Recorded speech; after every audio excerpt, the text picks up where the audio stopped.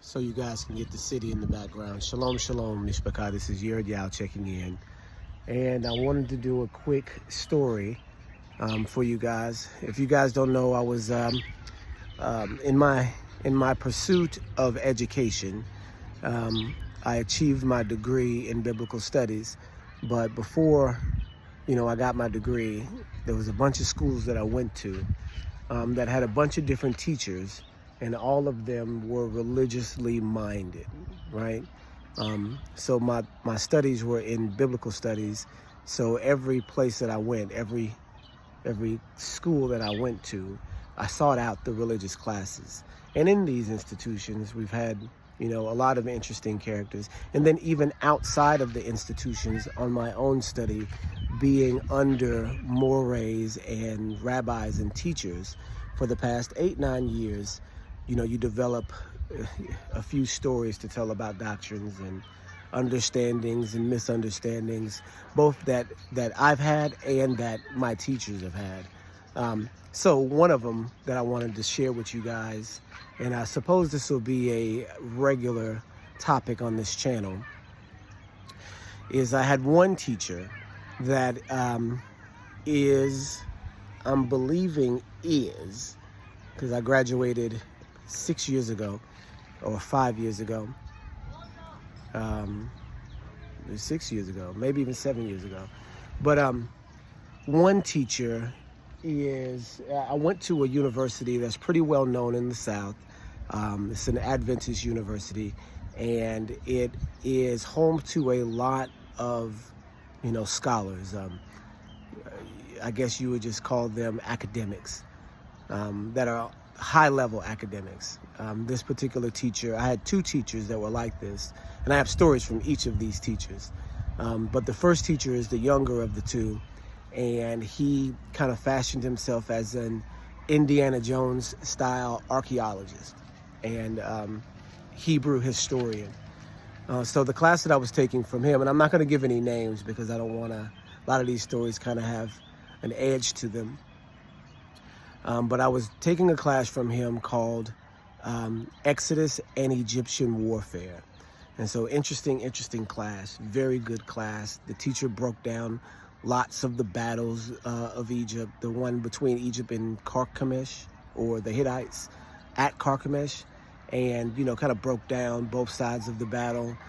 We went over the Exodus and, the historical proof, outside of the biblical proof, that the Hebrews were in Egypt and that the Exodus was real. And so the controversy that we had was that there was one picture that he put on the board, and it was of slaves making mud bricks, exactly like it says in, Exodus 1, Exodus 2, that the Israelites were forced to make mud bricks to make the buildings for they'll make the cities, the entire cities for the Egyptians. We know that from, I think it's Exodus 2 or Exodus 1, that the Israelites built the city of Ramses, right? So when he shows the picture on the screen, this is a picture that we've all seen. It's of the short-haired, toga-wearing, black-skinned people that were building the pyramids, and then the black-skinned Egyptians over them, same complexion, watching the slaves build the and I guess they're not building pyramids, they're making mud brick, they're making bricks, and you can see the entire process in the drawing of them making bricks. And in class, when he shows this picture, of course I raise my hand and ask, what people are these that are making the bricks, right? Because he's showing the picture saying it's from the same era as the Israelites would have been in Egypt. He's saying, and using this picture to prove that this was the activity that was done by the slaves in Egypt, but he's not saying that these are Israelites that are slaves in the depiction because they're dark-skinned people, because they're black-skinned people, right? And so I ask, who are these people in the relief? And he said, oh, they're sub-Saharan Africans. I said, from where? And he said, well, it doesn't really give us any specification on sub-Saharan Africa, but we believe that these are sub-Saharan Africans. Why do you believe that they're sub-Saharan Africans? Why do they have to be sub-Saharan Africans? And he turns and looks at me and loses his patience. He loses his temper. He says, and this is the first time I've ever seen him lose his temper. He was a cool, calm, collected guy, funny guy, had stories for days. If you know who I'm talking about or are familiar with, this guy is a world famous archaeologist teacher, and he's been in documentaries, he's been on TV, he gives lectures all around the world.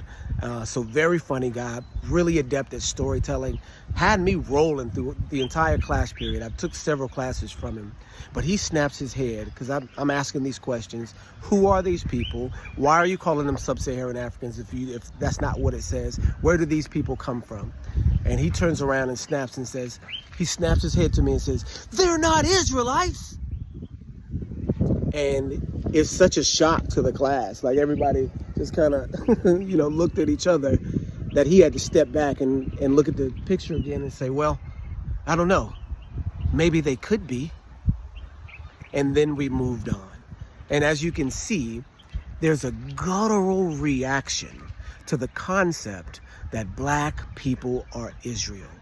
Even when you're looking at the evidence that you yourself presented as being the proof picture for the condition of the Israelites in Egypt, with black people there doing the actual job that the Bible says that the Israelites did during the same time, somehow in this professor's mind, it's a German professor, somehow in this professor's mind, it was enough for him to snap even the consideration, because I didn't even say who they were. I asked who they were, and I asked pointedly because, of course, that's the inference that, hey, why can't these be Israelites? But the suggestion even caused him to snap and say, they're not Israelites. And then he's caught himself and said, I don't know. And turned around and looked at the picture and said, they could be. And then we moved on. That was one of the, defining moments from my, educational experience, because seeing the, the attitude associated with the concept for no good reason at all. This is your material that you're bringing to me, and just me asking who these people are, because it looks like these are the Israelites that the Bible is talking about. It's just even the question was enough to elicit an emotional response. Do you guys see what I'm saying? It's going to be hard for the Gentiles in the future to be able to accept this concept. But the ones that do, you got a brother. Okay. All right, you guys. Shalom, shalom.